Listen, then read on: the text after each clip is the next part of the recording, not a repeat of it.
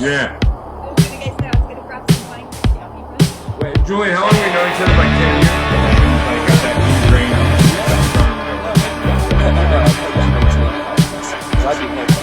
Yeah. Julian, how long have we known each other? Like 10 years? Longer than 2 years. I shut it down to extricate the art. No self-control. Julian, how long have we known each other? Like 10 years. I watch you break the universe apart.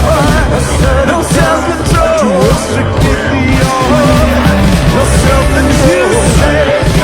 Everything's more. I watch you break the universe apart. No self-control. You never get back to the feeling. Operator, I can't get through. It's the end of the line, yeah. And we never did find our way. Some audio test. It's the end of the line, yeah. And we're sliding away. I watch you sliding away.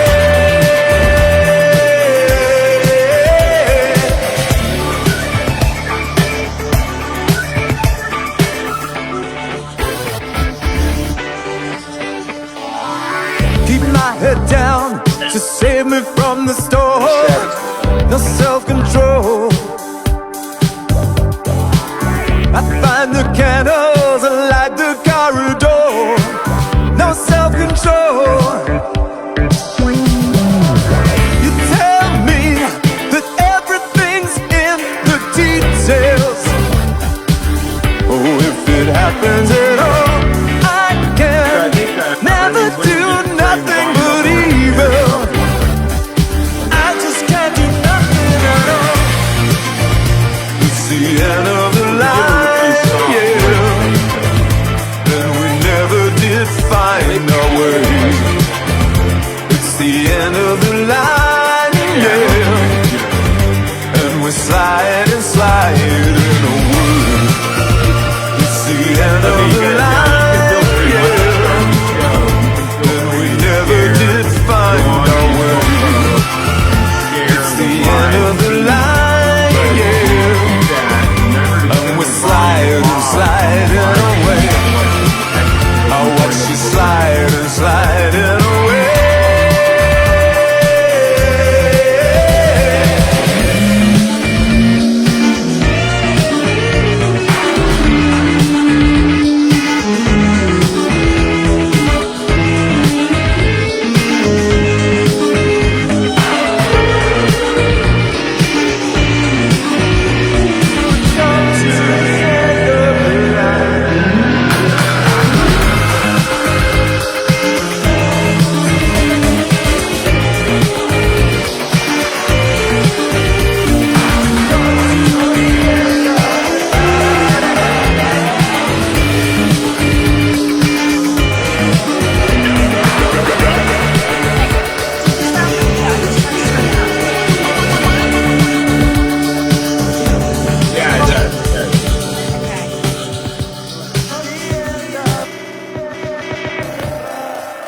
Sorry, I didn't mean to interrupt you. I just wanted to check I was doing it okay. Sounds good. So we're going to be thrown into the waiting room, left out to cold, and then brought back in.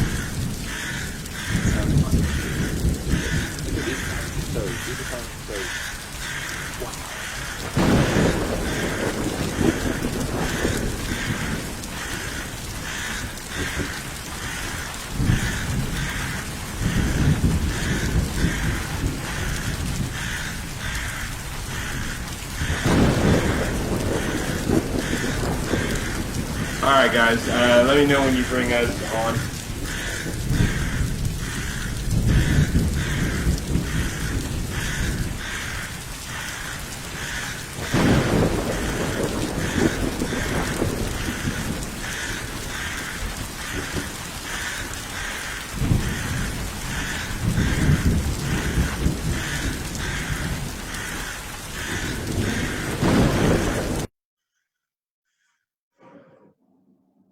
We are live. live. All right, guys.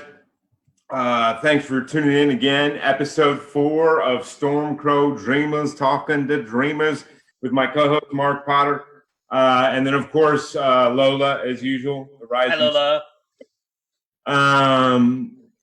We have a great show for us tonight, but with some great, amazing guests. But I'm going to do what I normally do. This would be the time where once we start having sponsors, that I would promote their product or their business or whatever it is. If you're interested in what we do or love what we do and you want to support us and you have a business that you want to promote, contact Mark through the page, and he will help you out with that and get that going.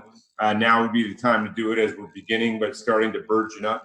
And then in addition, very soon, I know I say this every week, but very soon we will figure out how to do a donate button for people that are just fans of the show and want to help support us. Anything would help. We will figure out soon how to do that. And so I'm going to say it that way instead of how I've been saying it, which is like next week we will have that. I don't know when we'll have that, but we will work on it and try to get it to you and your ability to help support us for those that are fans of the show. Okay, so, episode 4, we've been 4 in. And it's been amazing. It's been beautiful. As I've said before, this is something I dreamt about doing for probably 7 years. I tried it once before. It ended up kind of falling apart and not happening. And then I got together with Mark and we decided to do it again. And now it's doing great. So also, if you are an artist, if you are a writer, filmmaker, actor, model, and you've had some accomplishments. Now, I would love to help all of you, but this is a talk show, so you have to have actually done enough that I have stuff to talk to you about and interview about, like projects and things along those lines. Feel free to send a message to StormCrow as well, and I'll take a look. Again, we only do this once a week, and we're going to probably take 1 week off a month, so that's only 2 guests per week. So I will do my best to try to get you in and support what you're doing. But let's get on with the guests. Who do you want to bring in first, Mark? All right, so for the first guest, let's go ahead and bring in Julian Shah-Taylor. Hey, you guys, Julian Shah-Taylor is an amazing guy I've known for a long time now. He's in one of the most well-known Depeche Mode cover bands in the world. He gets flown all over the world to play in that. He also has his own band, Singularity, which is amazing. And he's multi-talented. He can act. He can do all of those things. He's highly intelligent, very good-spirited, and been a friend of mine for a long time. In addition, he's had music on major movies like Maleficent and a few others. So let's bring Julian in. Good morning. How are you? Hey, and there's the little one. Last time I saw her, she was like really little. I know you gave her the four-leaf clover, which we have framed in her room. Yeah, she was a very tiny one. She's still tiny-ish. Before, I don't think she was quite at the speaking level. Wait a minute. Oh, no. She's taller than me now. Look at that. Yeah. And then Julian with the Burger King crown on. Crown ready. It's not Burger King. That's not my... That's awesome. Tell your wife I said hello as well. But we're going to let's bring in Faith, and we'll let Julian get situated. So Faith Elizabeth is also a wondrous actress, giant woman advocator, and she is constant. She's always putting out product, always putting out films. She does have a film that just came out. I'm sure we'll talk about. But amazing spirit, amazing woman. If you're a filmmaker and you want an actress that's got beauty, poise, and talent, she'd be one you want to hit up. Let's bring in Faith. Hey, Faith. Hi. There she is, Faith Elizabeth. All the way from... everyone in now, so it's awesome. This is episode 4. We've been doing great and doubling our viewership every week since we started. Hopefully that will continue, but every show has been amazing guests, amazing people. But I want to jump right into it. What we do always in the beginning, the first half, for those at home or people that haven't seen this before, the first half we do, I talk to our guests about whatever current projects or recent projects they have going on, and then possibly ones coming up. And then the second half, we go over like roundtable. We do a roundtable. I just bring up subjects about life, and we talk about it. So let's start off with Faith. I know you got a film that just came out, so why don't you tell us not only what that film is, a little bit about it, but also your experience on it, and then maybe how people out there can get a handle on it. Yeah, sure. So my latest film that I've got out is called Dragonflies Only Live for 24 Hours. This is like a really low budget indie crime drama that was filmed in and around Brighton, so like the south coast of England. It was made by our writer-director, Richard Anthony Dunford. It's his like first feature film as a director. He's done a few shorts before, but this is his first sort of taste into it. And we premiered at BAFTA at the Princess Anne Theatre last week on Friday. So we sold out to that. And yeah, we had loads of people in attendance, which was really great. But more importantly, we had lots of really positive feedback and support. And then the next step that we're going into now is we've literally just started our festival run. So I know that Richard said we've already been accepted into a couple of festivals, but we haven't announced them yet. And then from there, we're going to be going into distribution and to selling it. So I'm going to be going to Cannes this year to the film festival in May, and hopefully we might get some kind of distribution deal from it. Yeah, I saw you talking to Patrick too about something like along those lines. Yes, yeah, Patrick Ryder, he's got some options as well. So we're going to look and see what he can maybe do with us as well. So. Yeah, now say the name. You have that English accent. So for the unaccented Americans that are watching, I think they might have missed out on the second half of that title. It's Dragonflies. Dragonflies Only Live for 24 Hours. There you go. Dragonflies Only Live for 24 Hours. And I saw some photos you guys laid up from the premiere and stuff like that. It looked like a great fun, and it looked like and just the title itself is intriguing. It's an interesting concept. And just drama. Pardon? You said it was a crime drama? Yes, it is. So it circles around these two cops who are on a stakeout for a drug deal. And we sort of throw backwards and forwards to see how they rose through the ranks to become successful policemen, but sort of the trials that they faced on the way and the moral dilemmas. So it explores like the relationship between crime and corruption and the police force, and sort of looking at their own personal lives and how their own personal lives feed into their careers and feed into the decisions that they make. You can't do a film about cops without some corruption going on, man. There's no dynamic otherwise. Okay, let's skip over really quick to Julian. So, Julian, I know you're kind of like me. You juggle a lot of things all at once. And before we brought you in, I talked about Singularity. I talked about the Depeche Mode thing. So what's the current project that you're doing that's got you hungered up right now? Well, I'm starting to put Singularity back together, which is, great. I've sort of decided to go a little darker with it. My experience of being on tour with the Strange Love, the Depeche Mode experience, and my Bowie band is that I managed to get a lot of supportive fans for my own stuff through those bands, because it makes a lot of sense. It's like Bowie meets Depeche Mode kind of sums up the Singularity. So I've had my first live Singularity show in Austin on 3rd of January at Elysium. Oh, so in Texas. Yeah. So I'm going to be in Dallas on the 4th, so I would love you to come. January 4th? Yep, January 4th. Gas Monkey Live.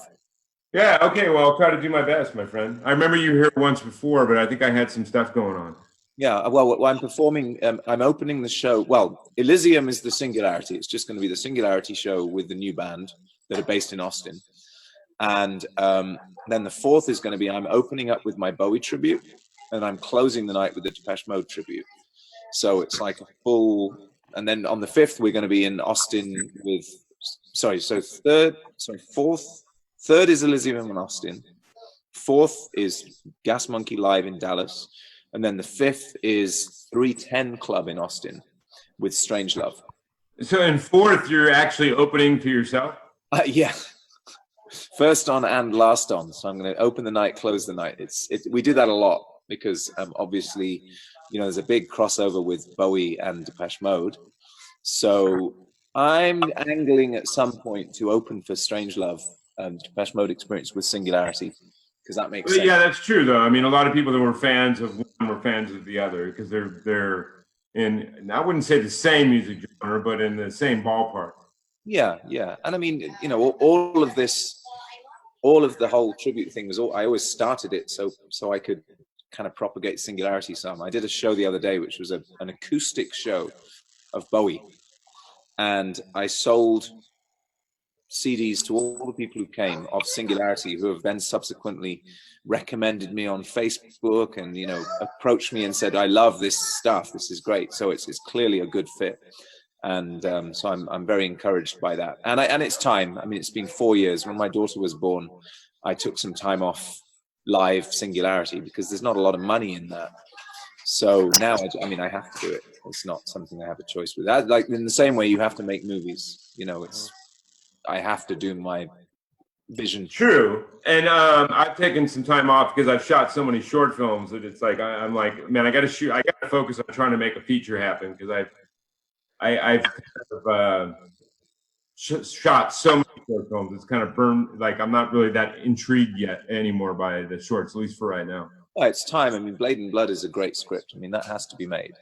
Yeah, and it will be. And Julian, for those of you out there watching this, Julian will be in my feature Blade and Blood. He's playing the shark. It's Criminal the Shark. Criminal against. And he people will be shocked at how talented you are as an actor. Although I've always said those are very similar. Front man of a band is very similar to some of the same tool sets and skill sets you bring as an actor. Keep focus on you, keeping the attention of the whole crowd on you. I think Jagger is not a good example of that because yeah, some people can't do that, but I do know some that have made that transition. Bon Jovi was another one. I think maybe you should stick to singing, but Bowie made a fair crack at it. Bowie did a great job making that transition. Yeah, Legends and stuff like that. That was awesome. Okay, so let's go on to the next thing. We're going to go back to Faith. What is a future project that you got coming down the pipe, or something that you have in your mind that you want to do or want to accomplish? And give us a little gist of that. Sure. So I've got a short film at the moment that was written by a really talented writer called Chantal Dust. It's a postnatal depression film, and it's taking a psychological thriller spin to it. And that's going to be my directorial debut, because I want to try my hand at directing. So we've been working on that for the best part of about 9 months now, going backwards and forwards, going through the script and things. And so we're just at the last bit now where we're looking at our funding options. We've got a few options available. So that is going to happen in the new year. So I'm really excited to try a little bit of directing with that. And then I've got a feature film called Honey, which is about, it's like an action film about a honey trapping seductress who thinks she's a bit of a vigilante going through life, honey trapping all these men that she considers to be misbehaving. And it's got lots of twists and turns on the way. So that's a piece that I'm writing at the moment. I've got a couple of people helping me co-write it.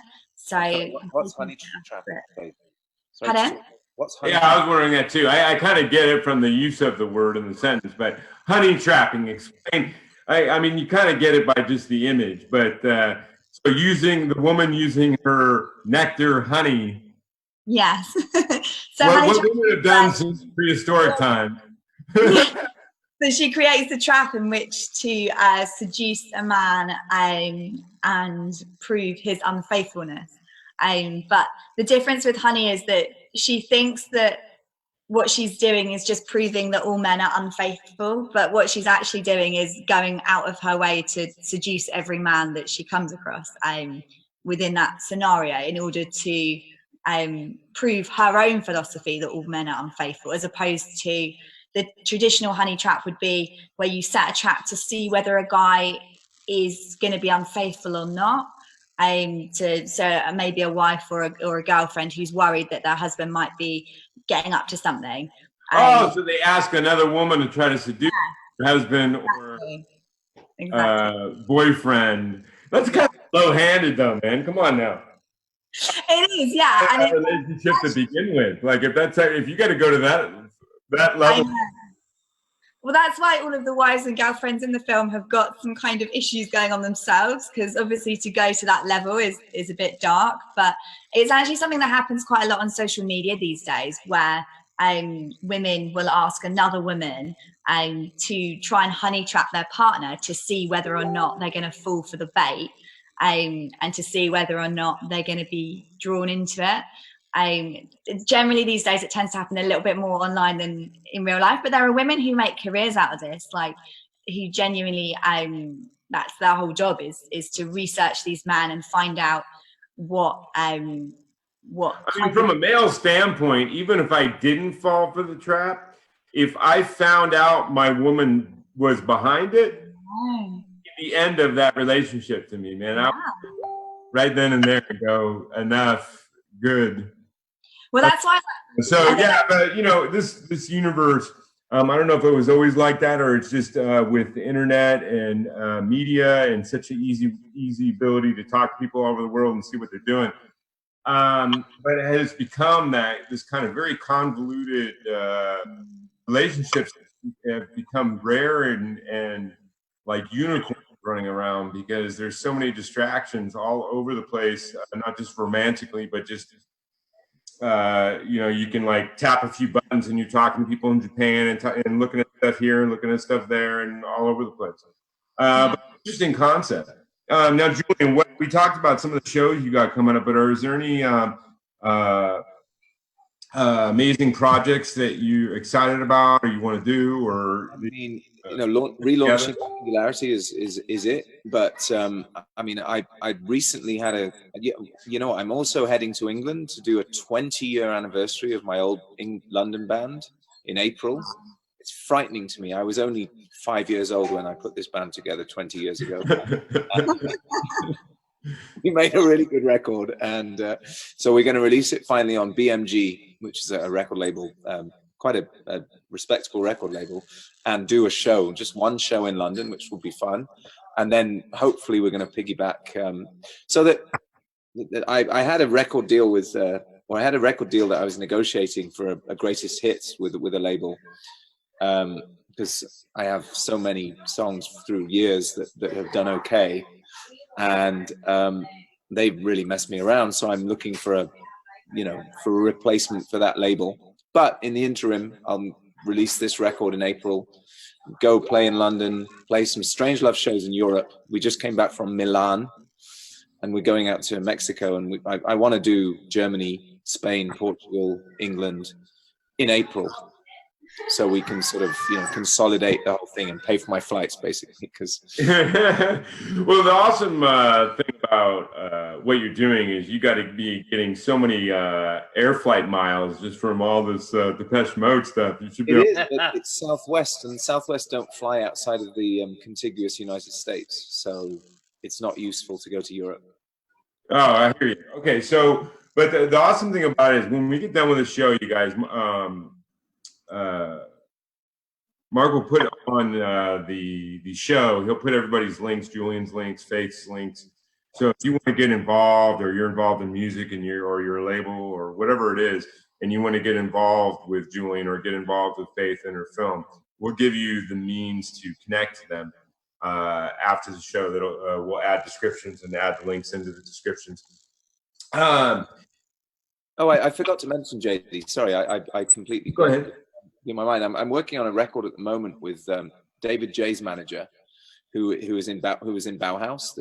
David and Peter are going to be on the record. Well, I haven't heard that name in like a long time. Well, Peter Murphy and David J are on their like Ruby anniversary of the release of the first record, I think.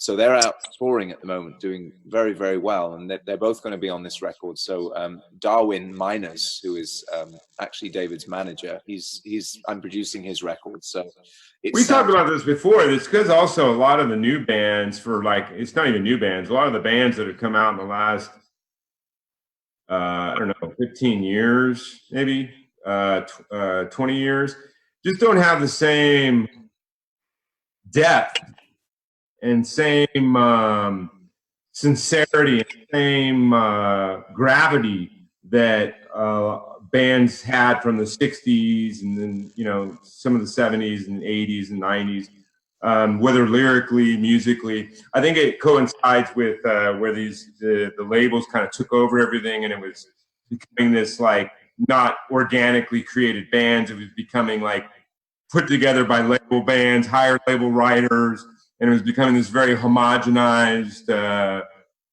formula type thing.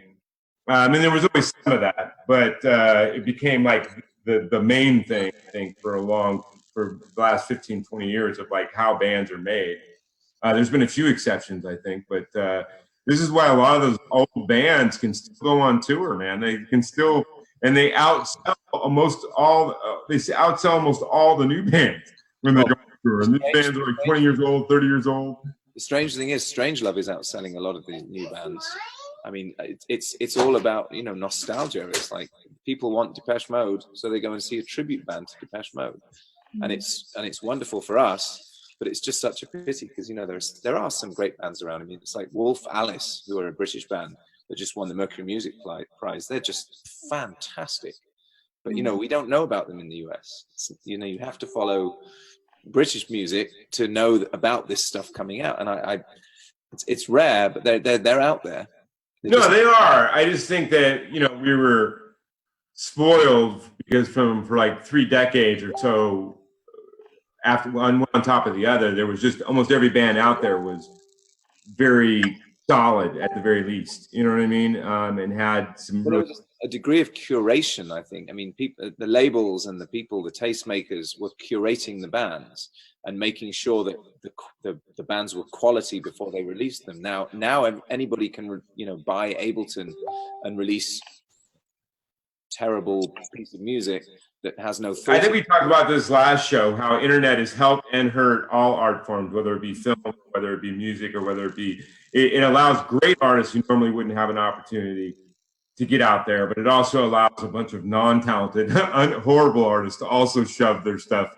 In your world, Faith, it's like, you know, you have people with Final Cut in their house who can make a quality, and well, in both your world, JD and Faith, it's like you can make a quality movie in your house with your iPhone.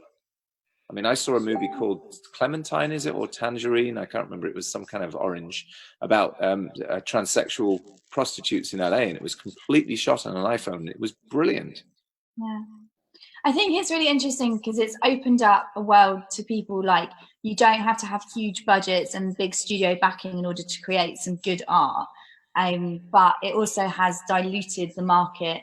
So there is a lot more to sift through to make your work stand out. But I think on a whole, it's caused the level of work to have to improve, because when the market is flooded with so much stuff, it's no longer just about the art form of what you're doing. It's also about how you sell it afterwards, how you market it, the amount of work that goes into it afterwards. Whereas I think when it was just a few films that were able to be made because of the huge budgets that you needed, it was a lot harder for smaller productions to actually make good films because they didn't have the budget yet. And you get caught in this catch-22 a lot of the time where they say, we're not going to give you the money because we don't think that you're going to make anything good, so make us something good.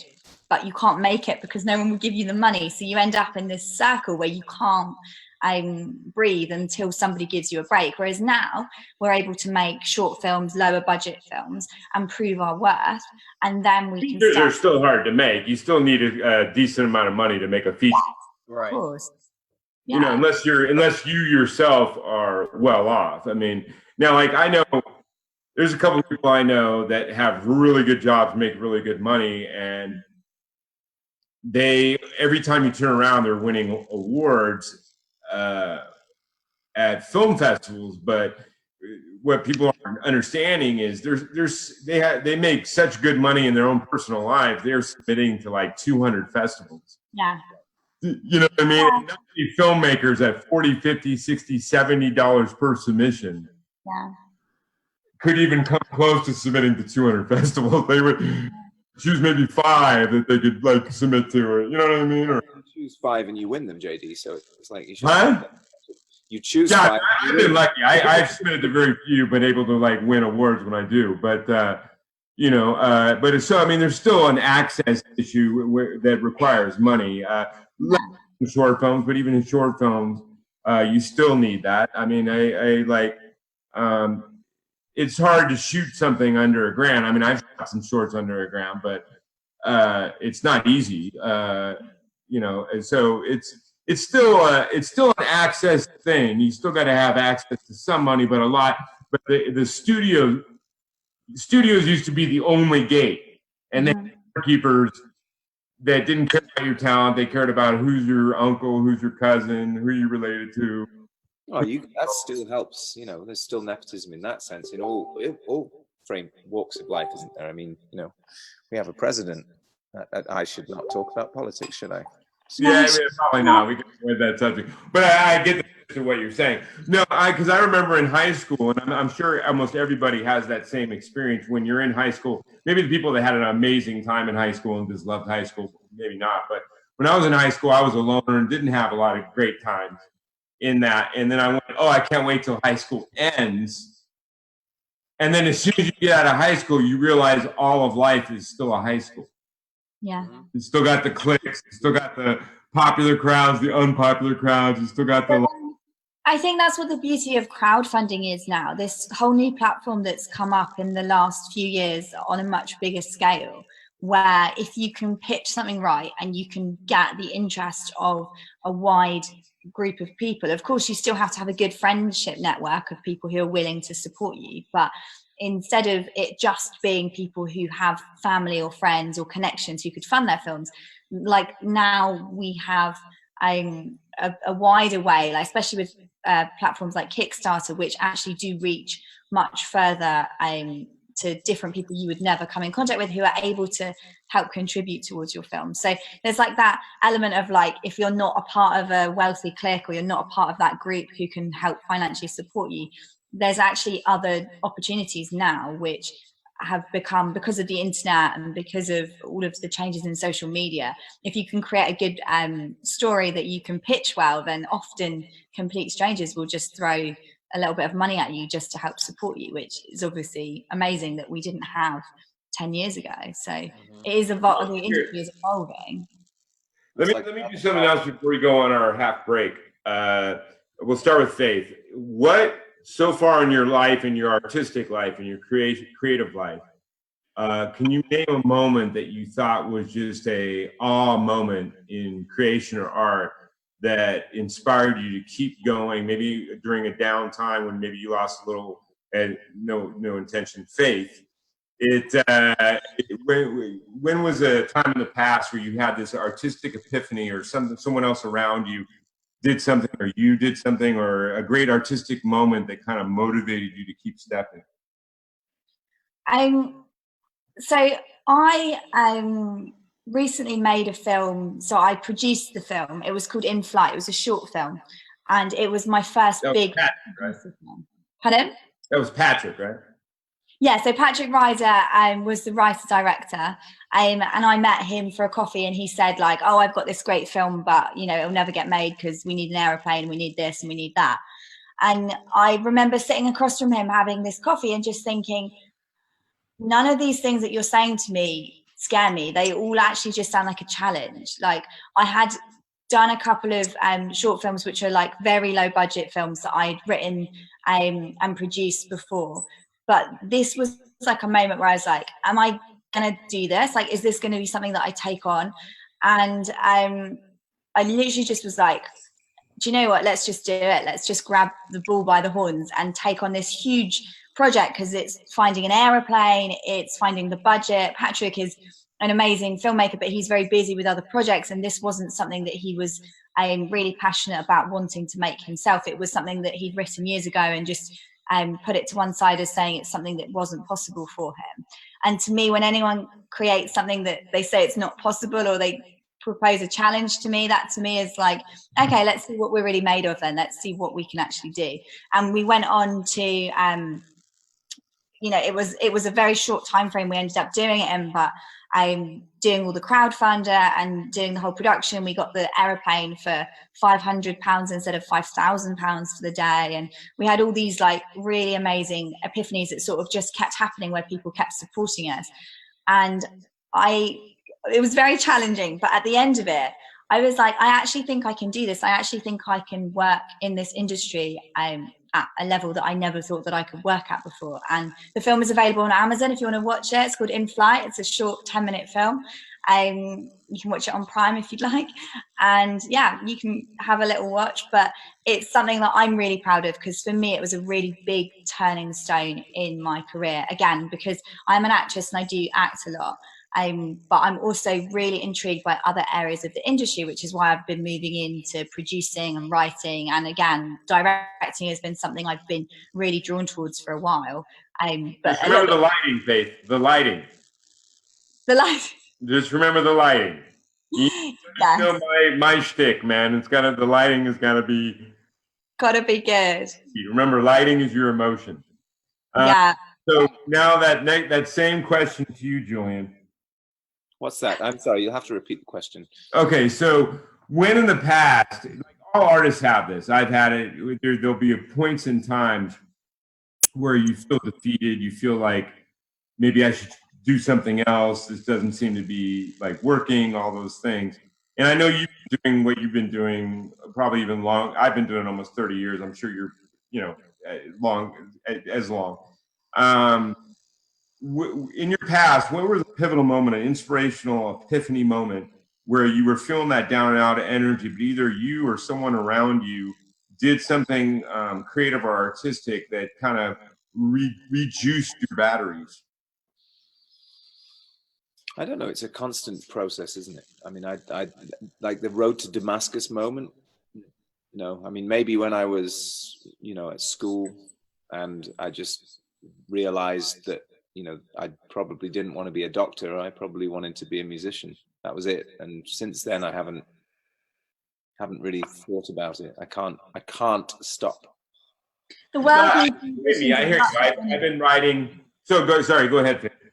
I was just saying the way you say that, but the world needs musicians just as much as we need doctors, because it feeds a different part. It keeps alive a different part of us. Like a doctor will keep our body alive, but music keeps our soul alive. So that was the epiphany, because Yeah, I mean, me and Julian, it's probably why we're friends. Me and him are very similar in certain ways, in certain things.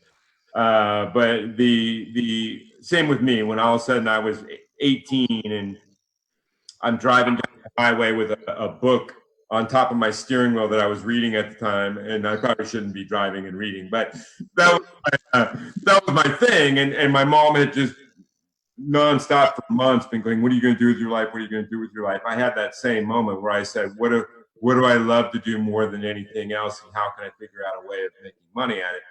And I've been eating books up since I was 5, like several a week, and then I'm like, "Oh, writing."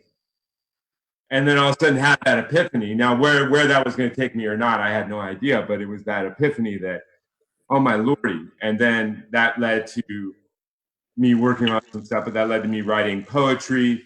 And then that led me to doing music, which led me to film and blah, blah, blah, blah, blah. But I understand. And then in reference to, and for all those young artists out there that maybe feel they're alone or something like that, and it was a poignant statement that Julian made that I want to touch on, is that most real artists, true artists that need to live it, breathe it, can't think of doing anything else, there's a certain spirit or mentality or type of soul that is going to find that kind of feeling towards art.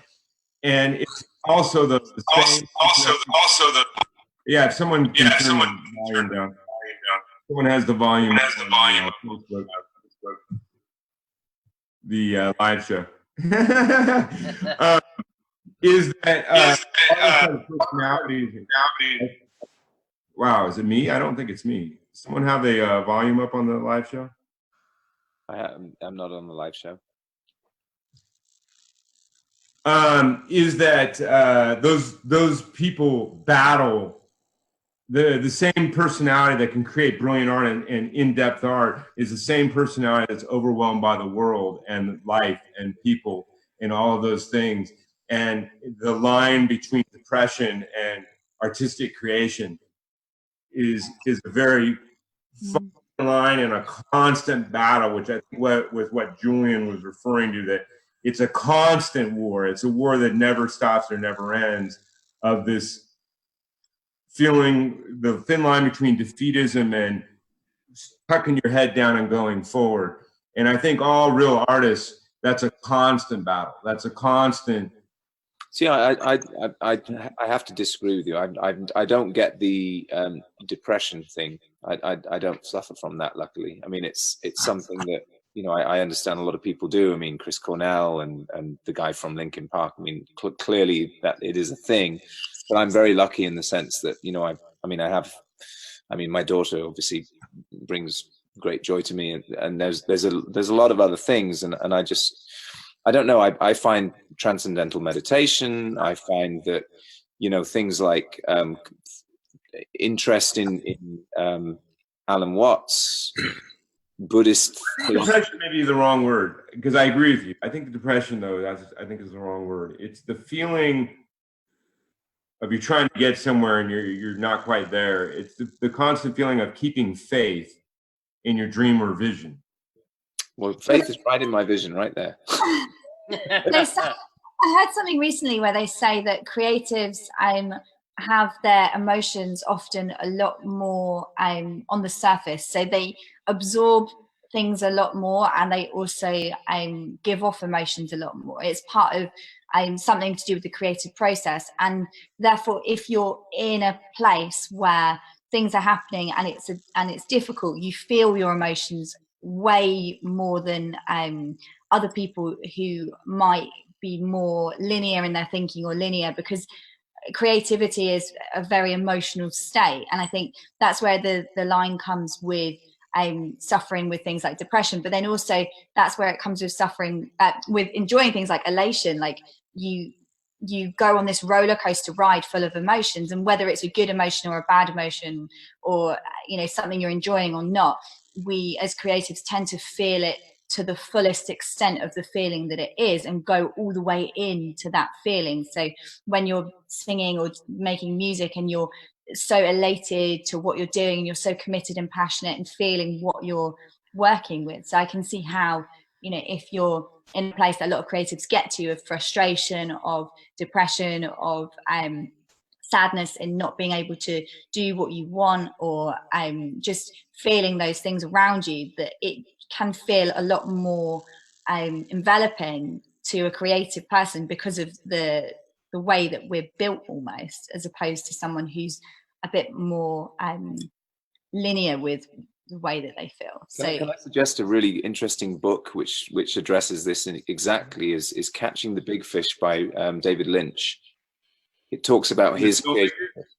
I'm sorry? Are you referencing the filmmaker? Yes. I didn't know you wrote a book.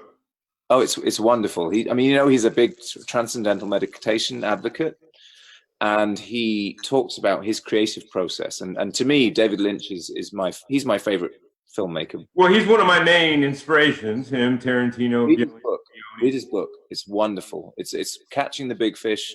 It's about. I mean, he pushes TM very, very hard in it, but he also talks about it's kind of like Brian Eno in the way he talks about things, in that he talks about creativity as an boundless ocean, boundless conscious ocean. And when we reach this sort of the negativity or feelings of helplessness that you're referring to, you can always dive and find the ocean of consciousness that is completely still, and it doesn't change, and it's a connection between everything that's alive and all that sort of stuff. It's kind of a spiritual concept, but it really works when I feel, you know, I listen to my music and I think to myself, this is rubbish, this is second-rate David Bowie. And then I'll think to myself, okay, so I can think that way, and then I dismiss everything I do. And then I realized to myself, well, no, actually, this is creativity, and it's boundless creativity from the same place that David Bowie took his creativity. It might not be as good, but it's all I have. and all I have has to be good enough for me, because otherwise, you know, there's no point. So there's a certain degree of. Well, I think the point, though, what I was trying to make is all the young artists that are watching this show and listening and seeing these brilliant artists in front of you and stuff like that, is there, for all of us, there have been times where we're struggling to accomplish what we're trying to accomplish. But almost every great artist, especially a lot of the ones that influenced me, all their stories don't read the same, but have similarities in the sense that all of them failed. All of Failure is the best. Failed many times, numerous times, 1,000 times, 100,000 times. But the difference between a successful artist and a failed artist is those guys got back up and kept. You know what I mean? So they never gave up. They kept going. Absolutely. My little girl wants to say good night because she's going to bed. So say good night, everybody. Hey, little one.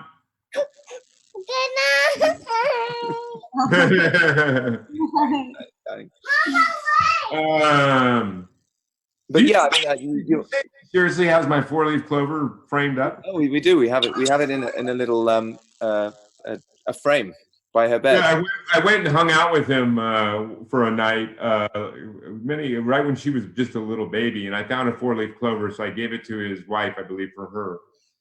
And that's funny. That was like 4 years ago or something. No, she has it.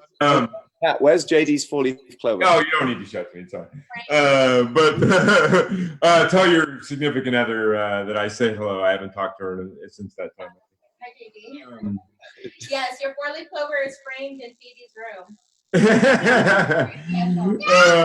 Okay, you guys. What I'm going to do is we're going to take a 5-minute break. Let our guests. We do this every week. We're going to let our guests go get a drink, glass of wine. I'm going to have our drinks. Guys. Beer. And then we're going to come back, and then we're going to do the round table thing where I bring up stuff about life and we'll just toss it around and see what everyone's thoughts on it are. One thing I've been reading a lot about, because that we will hit, it'll be one of the subjects, is Bitcoin. And that's a thing now, and it's becoming a bigger thing. And we even had someone recently talk to us about wanting to possibly finance a film with Bitcoin, which was kind of a trip in my head, but I had to actually get my mind about that. I was like going, how is that even possible? But anyway, we'll hit that and other things on the other side of this little dip and slip break, okay?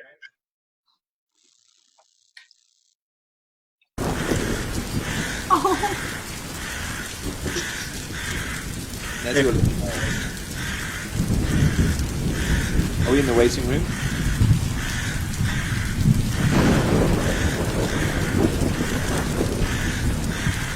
Okay. So play, if you can, without causing the whole thing to crash, play Julian's song again while we're, okay. How do you share the link to this? I know it can be off. You gotta share, you gotta go to the Facebook page, StormCrow Dreamers Talking to Dreamers, and then share that. How do you share the link to this? I know it can be off. You gotta share, you gotta go to the Facebook page, StormCrow Dreamers Talking to Dreamers, and then share that. How do you share the link to this? I know You gotta share, you gotta go to the Facebook page, no self-control. I watch you break the universe apart. No self-control to extricate the arm. No self-control. Everything's falling.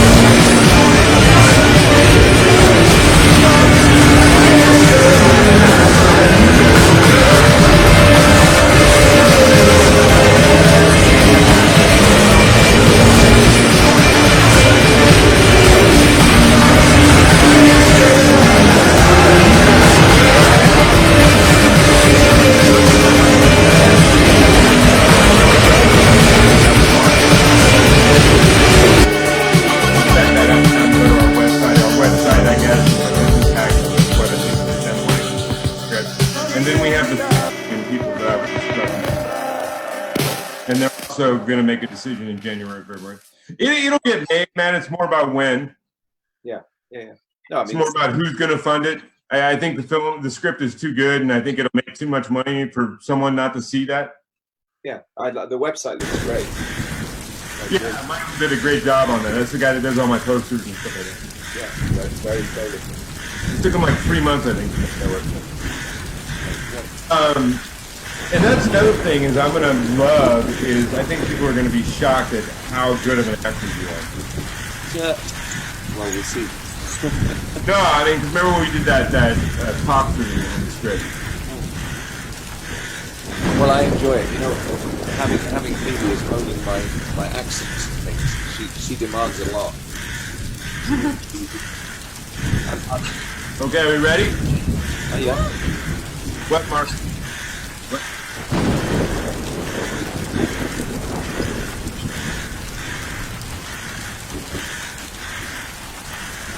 Is it? Yeah, because it doesn't really make sense. I mean, we're not at the point now. If you come in 20 years to have all your money as something that you can only use within the net, that would make more sense because in 20, 30 years, then that will be maybe at that level. But the net of encompassing all of our life, you know, having a card that we could do an internet banking on, you know, or whatever. But I don't think it's yet. So I think that was a little presumptuous when the whole Bitcoin thing jumping up.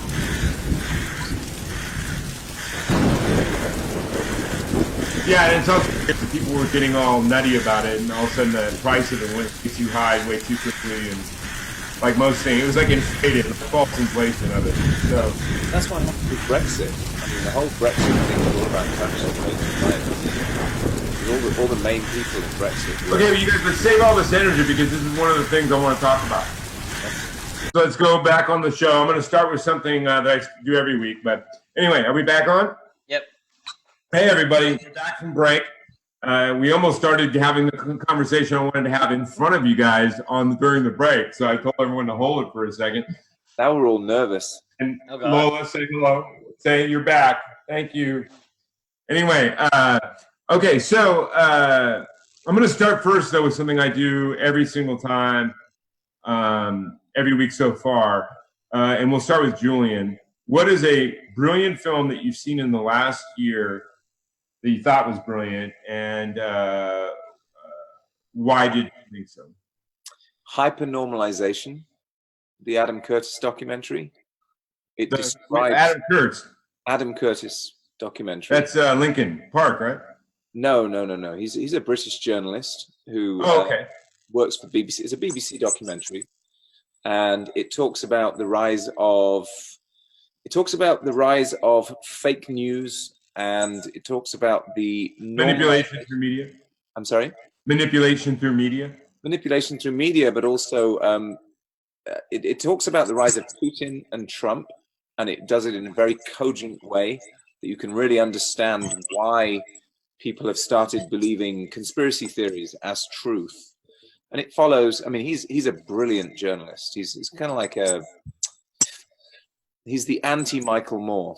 He speaks very calmly about very complex, and he's not liberal in any sense. He's just a very well thought out and very cogent representative of what's actually happening behind the scenes politically and, you know, on the global level. And it's a brilliant Hypernormalization, best film of the last. Hypernormalization. So people check it out. Where can they find it? Is it in the theaters? It's on YouTube. I think you can get it on YouTube. It's 3 hours, I think. So it's an investment, but it's brilliant. Definitely. Well, check it out, you guys, because I think as an artist, and most artists I know, the closer to me, talent in art is directly correlated to self-truth and self-awareness and depth. And the deeper you are inside of yourself and your negatives and positives both, and the awareness and truth of that, the more I think you're going to have access to creative ability and talent. And so I think truth in any form is a highly important thing. Now, people that know me personally, sometimes maybe I might be a little too bluntly truthful. but you're a Yorkshireman, an honorary Yorkshireman. Yeah. Okay, now Faith, same question. In the last year, what is a brilliant movie you've seen, and why was it brilliant? So I'm gonna throw out a TV series, which I know it's not movies, it's not technically answering your question, but I'm a really big fan of Netflix, and I watch Netflix constantly. I find that I love getting really in-depth involved in Netflix, and there's a Netflix TV series called Bates Motel, which is based on Alfred Hitchcock's Psycho. It's a prequel to Psycho, and it explores how Norman Bates ended up the way that he did. But the series, I think it's 5 series actually. I just binge watched them, and that was the biggest impact on me this year, because I just found everything about the whole series just really intriguing, from the psychological aspect, because I really like psychological thrillers. It's like, I think it's my thing. It's funny because I write horror type stuff, but I hate watching horrors. It's yeah. those kind of scripts, but I'm not a big fan of going and actually like watching horrors. So I'm actually terrified of horror, and I've been in a couple of horrors, and one of them is called 13 Graves, and it's actually going to be distributed in the US next year, so you'll be able to get it out there.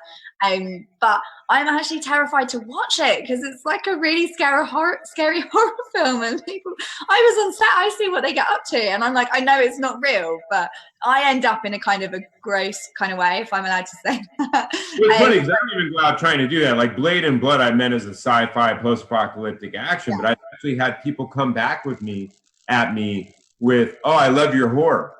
Yeah. Love my horror. It's not a horror. I'm like, what? Yeah. If you're gonna call it Blade, I didn't see it, Julian. Like, I'm like, did they just read Blade and Blood and tell me come back and say they love my horror? I'm like, I don't really.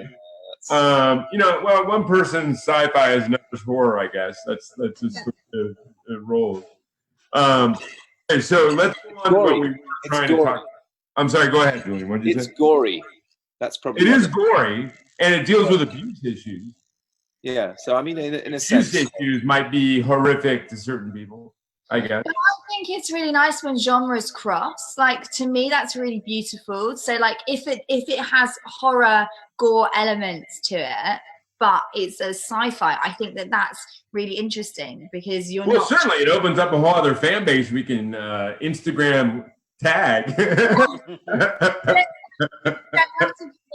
A lot of these films want you to fit into a box of saying it's a this, it's a that, so people understand, but it's evolving, so it's not just one thing. It's actually going to hit a multiple array of different things, different genres, and different things in your mind. So it's not as simple as saying it's a horror or it's this. No, it's and that. true. And I came out of my mom's womb with the last name Glasscock, so I don't know if there's ever been a box I really fit into, but yeah.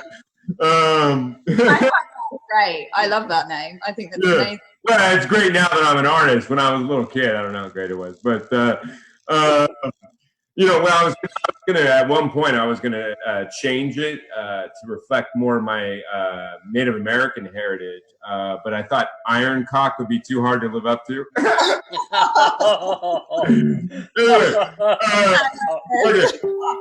Anyway, sorry. That was a joke I came up with in like 6th grade or something like that. I know, and you've been telling it ever since. Love it.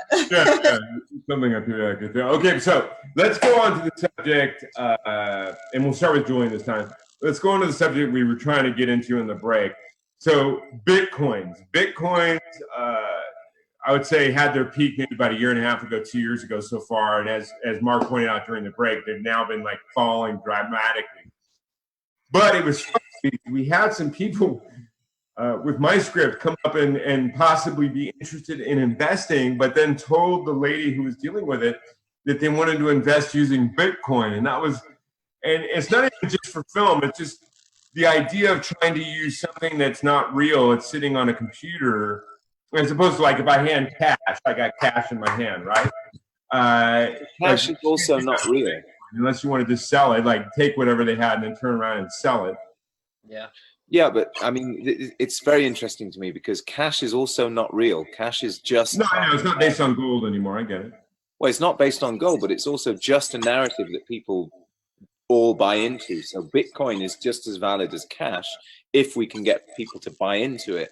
And I mean, the reason that Bitcoin was invented, I think, was to be a derivative type of currency that could be manipulated and traded in the same way that cash is traded, but by people who are more, I mean, the way that derivatives and stocks and shares are traded now, they're using algorithms. They're not using individuals. Right. And so the algorithms are making these financial decisions. They're making these financial trades in ways that people don't understand. It's like legalese of economy. So Bitcoin is just another parasite on that idea. So I don't see why Bitcoin is or isn't a bad idea. I mean, but it's ephemeral in the same way that now cash is. Because cash is an ephemeral idea. It's just a narrative that everybody buys into. Right. So, and the whole economy of the entire world is based on a shared narrative, and that's it. So when there's a crash, for example, where does the money go? I mean, if you think about it, the cash, that people are losing their houses over something that is just an disingenuous narrative. And the people at the top, the people who have all this imaginary stuff, this is what Bitcoin is. Bitcoin is just another derivative of the idea of economy and economics, and right. it's just as valid as cash. And yes. Yeah, I was just looking at it from a literal standpoint of like how, like my crew and my actors are not going to go, oh, I'm getting paid what in Bitcoin? They're gonna. Yeah. But you can convert Bitcoin into real cash. Right. Yeah, I think there would be a delay. You'd have to like basically sell it. Yeah, but that's fine, isn't it? I mean, you know, if you buy 500,000 tons of rice, that's like buying Bitcoin. You have to sell it for more than you bought it for. I mean, it's the same idea. It's a derivative. It was just intriguing when it was first approached to me because it was just not something I ever thought about or that it would get to.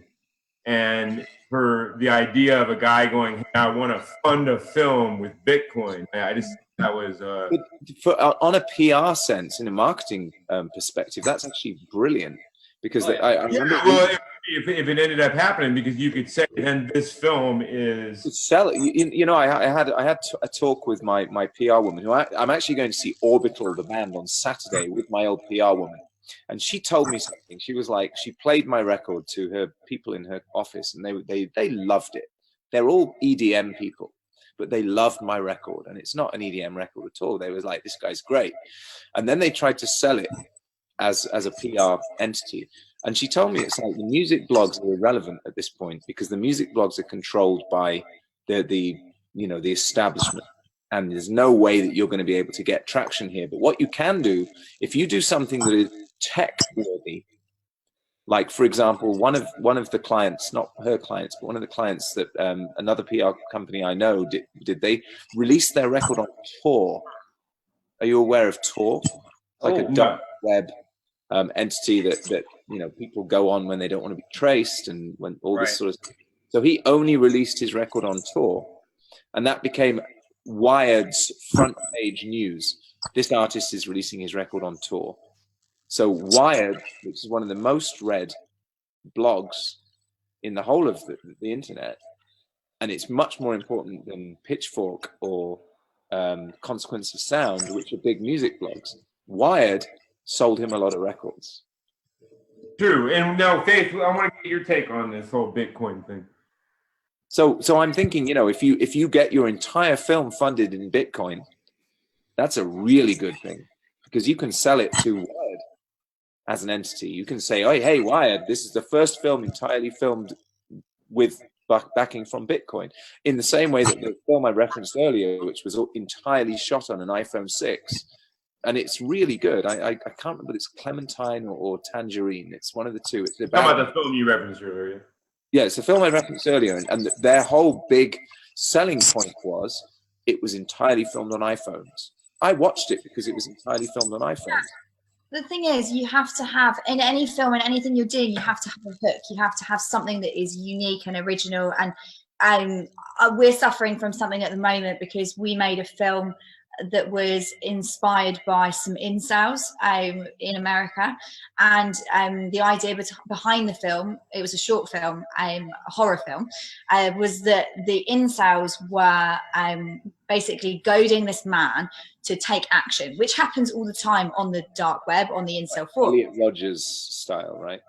Yeah, so they were telling him that he needed to take action, and so he finally does take action, kidnaps some women, and he's going to do the things that he's been talking about doing. And obviously the incels at the moment, there's been some documents that have said that some of the incels have done things. There's been a lot of talk on the internet that some of the incels are doing more than what's actually being publicized, but they're just not, it's not being talked about very much. But we take a concept like an incel. Can you clarify the concept? Because some people won't know what that is. Yeah, sorry. So incels are involuntary celibates. So they class themselves as being involuntary celibate because they think that they're not attractive enough to be able to find women who want to have sex with them.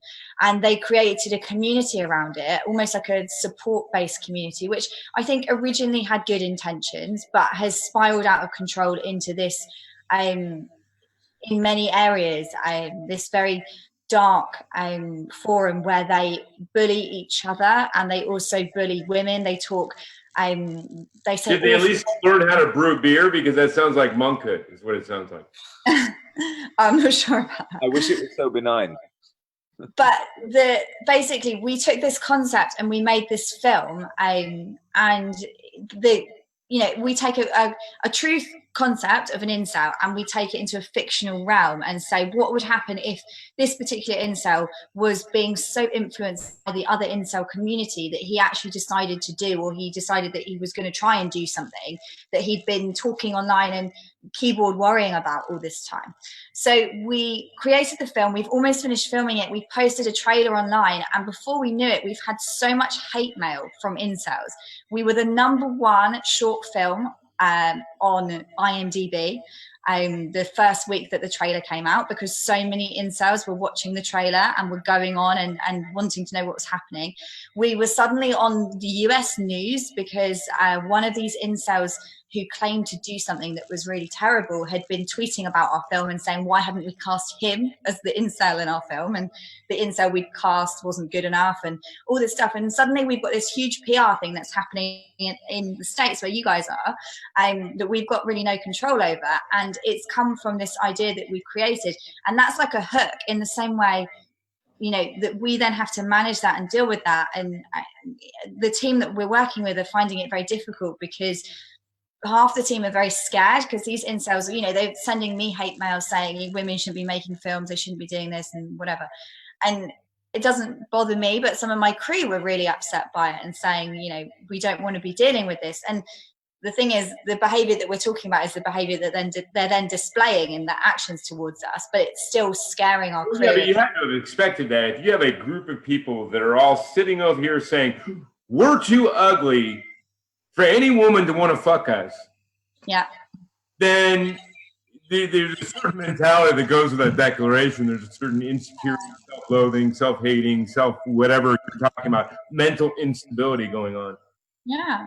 I mean, if you're going to do a film about it, I would expect it to probably get some return flack. Like, the thing is, with any of these things, that the interesting point and the thing that we were trying to do with it has become the thing that has become the worst thing about it for many of our crew, because we tried to do something different and look and explore a different concept that people aren't really touching on. And it's actually finding that the different members of our crew are finding it really difficult to handle. And like, we're still like number 11 now.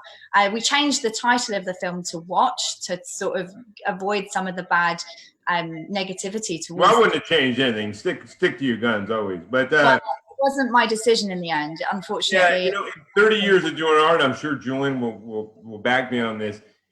Haters gonna hate. There's always going to be someone that doesn't like what you're doing, whether it be through envy or they're just unhappy people or whatever it is.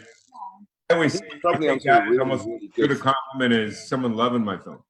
I think you're onto a really good thing here in the sense that, you know, it's got its own momentum. I mean, obviously you need to be safe with it, but at the end of the day, it's like stirring controversy is one thing that really works to get you into that thing. I mean, and is it made? It's finished? So we just have a couple of second unit shots to do, but you know, it's like a day shoot. Like we're very close to being finished, and it's looking amazing. Like you can go on to YouTube and search "watch short film," and you can watch the trailer for it.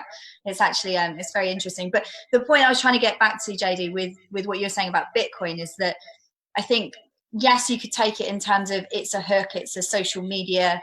It's interesting because it's going to be funded by Bitcoin, and you could take it down that route of saying this is really interesting. But the actual Bitcoin itself, obviously there's been a lot of controversy around Bitcoin.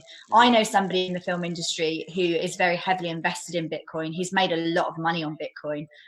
He's a film producer, and he sings very high praises of it. And I know, although I'm aware at the moment it's actually suffering, he's actually very firm in the knowledge that he thinks that it's going to be fine, and that it's moving towards currency which is easier to trade between countries. It's moving more towards the technological aspect of it being online currency as it is. Myself, I'm not too sure about Bitcoin. Like I know some family friends of mine are investing in a car company which is being funded by Bitcoin. So the whole company is being literally built around this concept, and I don't know whether it's going away anytime soon. Like it seems. I don't think it's going away, but I think what hurt it is what we talked about. Is I think that sudden meteoric rise of its worth out of nowhere was very. It was engineered. Come on, it was engineered. Yeah, it was very. It was meant for a few individuals to make a lot of money really quickly, but it was based on air. In the same way, Brexit was engineered by a bunch of individuals to speculate on currency markets. I truly believe that that's how these people operate. I mean, I think they know that they're going to make a huge amount of money by speculating on this. Yeah, buy low, sell high. They bought a bunch of it, then did all this, then sold it when it was at its peak, and then boom. I wish I knew that game. Well, then I'd fund your film, JD. Julian, because those people are very, very, very, very shady. That do for sure. And I don't know anybody I've ever met in all the years of my life, and I've met a lot of people that go through life being all shady and are happy. I don't know. I know a lot of them have a lot of money that go through life like that. But I always use the example of when I booked a lot of bands in Seattle, I had to deal with a lot of the club owners. All the club owners were very, very shady people. They all had money. All of them were bitter, miserable, bad marriages, bad relationships. On the flip side, JD, I've met like 2 happy people. Yeah. Whether they be poor or rich, there's not that many of them out there. Happy. She also sheds all over me, which doesn't make me happy, but still. There you go. See, the shedding makes you miserable. Well, but you know, I like dichotomy, man. I like being happy and miserable at the same time. It's a great place to be, man. So now you're Morrissey. Yeah. Oh my God, that's awesome. Well, and see the reason so why let's Bitcoin. Do one more subject, and then we're going to do the closing thing. So, Mark, do you have anything you want to ask them? And don't do the thing we did last week. That's their closing thing. Bring up a subject matter that you want to bring up. Well, remember, think of this as like the Gong Show, dude. If you don't come up with in the next few seconds, a giant hook is going to come out and. Okay. Film festivals. Go back to the film festivals. There's a lot of people in the film festivals, and since we're all artists here, a lot of film festivals and a lot of when you get your film into a film festival, it's it's a lot harder to be seen. Wow, I can't remember where I was going with this. Okay. All right, man. The hook has come. It's okay, but I'll take the theory that what you're going around. What do you guys think of film festivals? Do you think they're good? Do you think they're bad? And do you advocate people doing festivals? And then also, what's happened a lot in festivals, and maybe you were going for, Mark, is you have a lot of like dinky little festivals that just pop up, not to celebrate film or whatever. They become moneymakers. They're just doing it to make money, period.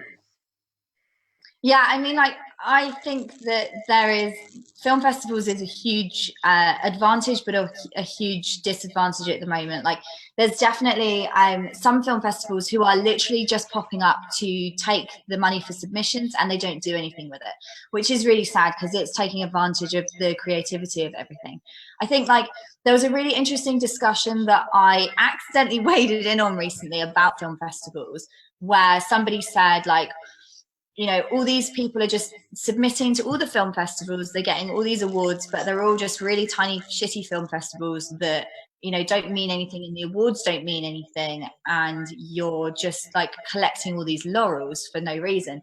And I thought, okay, I can see one side of this, that, like, for example, when someone has a lot of money to submit to a lot of festivals, then it seemed to be that the film is very good, but it's actually just because they've got a lot of budget to submit to, which is helping them. Obviously, that's not the only thing, because if it was a terrible film, it's unlikely to get much reception anyway. But the thing that I find really interesting is that, okay, so the film festivals that are global, worldwide, they're still getting hundreds, if not thousands, of submissions into their festivals every week, even these rolling film festivals that happen every month.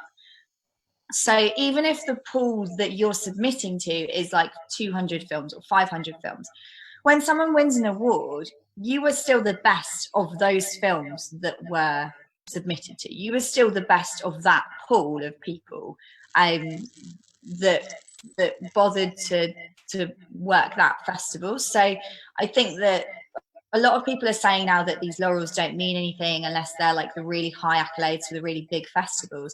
But I think that actually, if it was that easy, then everybody, like literally everybody, would have 100 awards for every film. If it was that fickle and meaningless, then everyone who submitted to 50 festivals would win 50 awards, and it doesn't actually work like that. So the festival game at the moment is very strange because it's not regulated, and it's not being controlled by anything which is sort of keeping a standard for anything. But I still think that there's so much goodness in that, and a lot of these festivals are screening lots of films worldwide that would never have been seen before. You've got festivals all over the world screening films from all over the world, and you're sharing creativity and sharing films, which is bringing inspiration. So I think as a whole, film festivals are actually a really good thing, even though myself and the films that I've worked on, we haven't actually submitted to many festivals. In Flight, we submitted to about 3 festivals and we were screened at 2 of them. Like, that's what we decided to do with that film, whereas some films do 200, like you said, JD, and you know, then they win 50 awards and everyone thinks it's such an amazing film because of that. So obviously there's a weird balance going on at the moment with how people perceive festivals, but the bottom of it is definitely starting to come out with, like you say, all these little festivals popping up. People are starting to question a little bit more. I recently discovered that someone I know knows someone who runs like 5 film festivals in America, and he runs them under different names and then awards him loads of awards through the festival. It's all a bit odd, and you sort of think, okay, they're definitely playing a game here. Well, and no matter what you do, there's always going to be shady people, man. I mean, that's just the way it rolls, man. If you figure out a way of flipping a buck off of people with very little effort, there are going to be people that do that.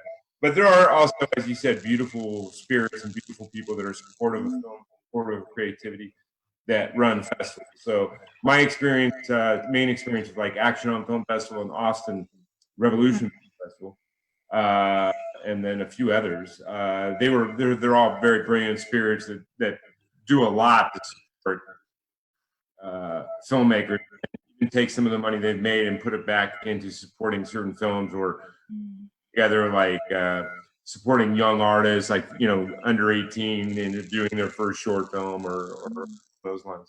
But anyway, that was Julian's. I know this isn't quite your domain, but I want to hear your opinion on it.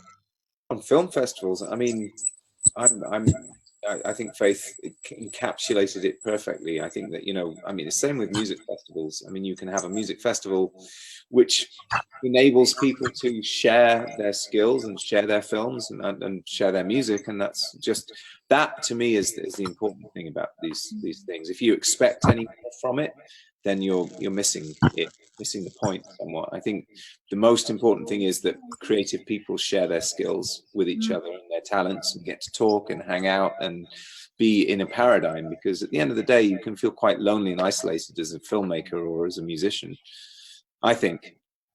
You know, I agree. I'm very lucky. I mean, I'm not isolated at all. I mean, I know a lot of my other people in my periphery, and that's only because I'm a very gregarious guy. And I know that there are a lot of people who are bedroom musicians who wouldn't get out and meet. I mean, I'm a loner. I know a lot of people, but I have very few close friends, and I don't tend to hang out with people. I tend to sit at home a lot. But Right, so when you get to the festival, you get to be the filmmaker, and that's you, and that's important, I think, you know. Like, Yeah, these festivals bring loads of films together. So like, a friend of mine runs one called the London Rolling Film Festival, and it's a small festival. She's been running it. It's done 10 editions now.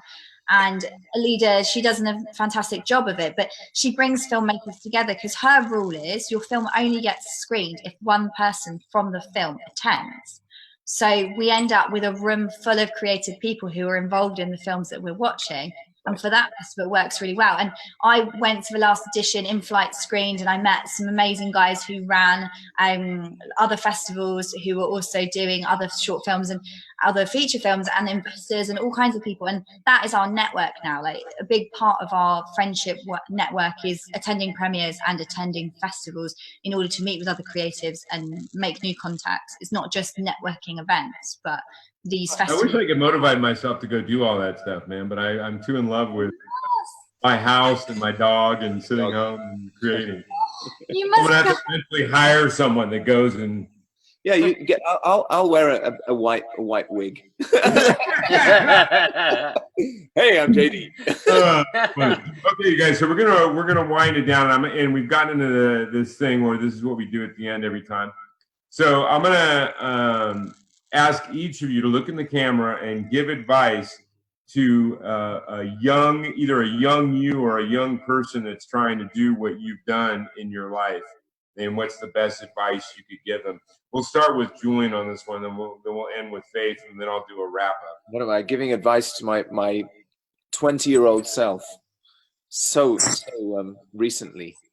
I think my advice to you as a young artist coming up is, don't compromise what you do at all. Brian Eno encapsulated it perfectly. He said, do not aim at the target, create your own target. And if you are true to yourself and you create art that is absolutely perfectly what you want to say, you will find an audience. The audience will find you. If you try to compromise in any way, you're going to miss the mark terribly. And I've written songs that are just populist in nature. I've chosen things to do that are.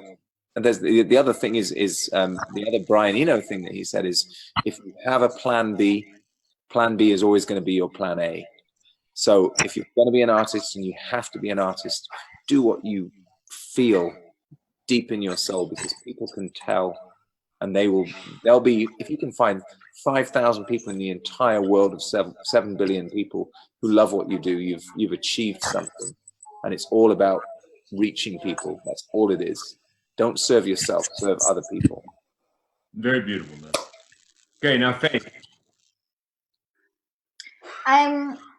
So like, my motto that I live by, I have it tattooed on me as well, is just have faith. Obviously, a play on words for my name, but it's something that I've had to hold on to a lot throughout my career and throughout my life in general. And it's something that I really believe that, like, in anything that you want to do and anywhere that you're at, you just have to have this absolute unwavering belief, like, Obviously, you're going to have days where you want to throw it in and you feel like it's just not working and you can't do it. But you just have to hold on to that, having faith and belief that you just need to keep going.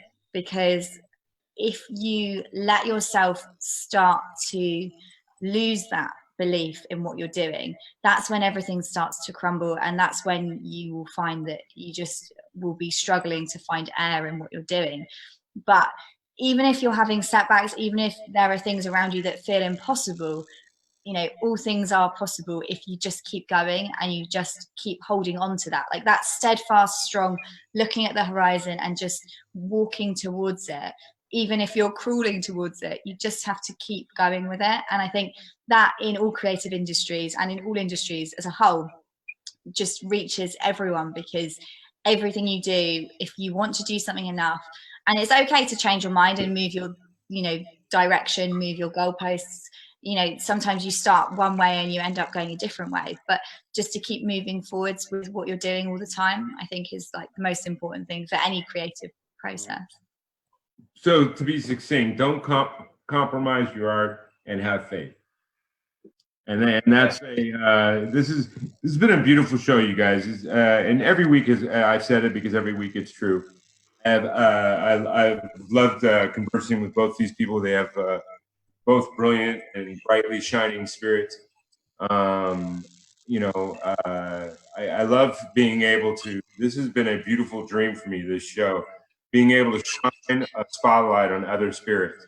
Like Julian said, do things for others and stuff like that. And because it provides me with a great, it reminds me even when I was in a band where I would like write specifically sections to let each band member shine. Like here's your drum solo, here's your guitar solo, here's your whatever it is. It's the same thing, concept. It's very beautiful for me to have these opportunities. To allow other people to see brilliant spirits that maybe they wouldn't otherwise know. And so it's been an awesome honor to have Julian and to have Faith on here. And then as always, big thanks to Mark, my co-host, because he does all the stuff that my brain does not want to tackle, like technology. Gotta have that guy. It's been a beautiful night, you guys. This has been episode 4 of StormCrow Dreamers Talking to Dreamers, Julian Shah-Taylor and Faith Elizabeth. This would also be the time when we eventually have sponsors where I would bring in their product right now and promote whatever they're doing. We will be starting to do that, I think, in another month. We'll start having some sponsors coming. But it's absolutely beautiful. All I can tell you from my heart to yours, from my dream to yours, is keep dreaming, keep stepping, keep creating, never give in. We will put all the links and stuff, give us a day, and all the links to follow Julian and follow Faith will be added to this below in the comments or the descriptive paragraph. But again, stay tuned. Next week, we have a young teen actor that's going to be killing it. He's already done several films. And then we have a do-it-all filmmaker crew woman that's just amazingly and beautiful. So next week, come back and check that show out. And then we'll have another show on the 20th. Then we're going to take the 27th off for the holidays. Then we'll be back on January 3rd. But again, you guys, big, beautiful blessings and love to you, Julian, to you, Faith. I wish the greatest success in all roads you step upon. And again, keep dreaming. Dreamers talking to dreamers. StormCrow. Peace. Thank you, sir.